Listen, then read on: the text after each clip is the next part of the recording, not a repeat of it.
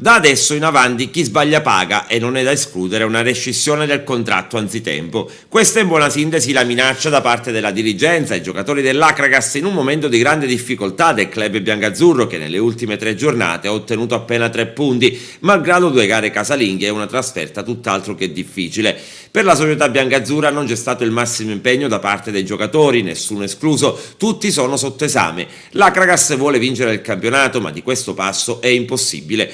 Domenica prossima all'Esteneto arriva la Leonfortese, squadra che sicuramente è alla portata dagli agrigentini. Inoltre gli ennesi stanno vivendo un momento delicato della stagione, sono in crisi e domenica scorsa hanno ceduto all'Agropoli 2-0. Per i biancazzurri i jolly stagionali sono tutti finiti, non sono ammessi ulteriori passi falsi, bisogna soltanto vincere, soprattutto perché nelle prossime 2 gare c'è la possibilità di poter riprendere il decollo. Le altre inseguitrici stanno tutte bene, ecco perché non sono ammessi più cali di tensione. Anche la tifoseria ha invitato la squadra a reagire, a tornare alla vittoria, di cancellare immediatamente questo periodo di crisi.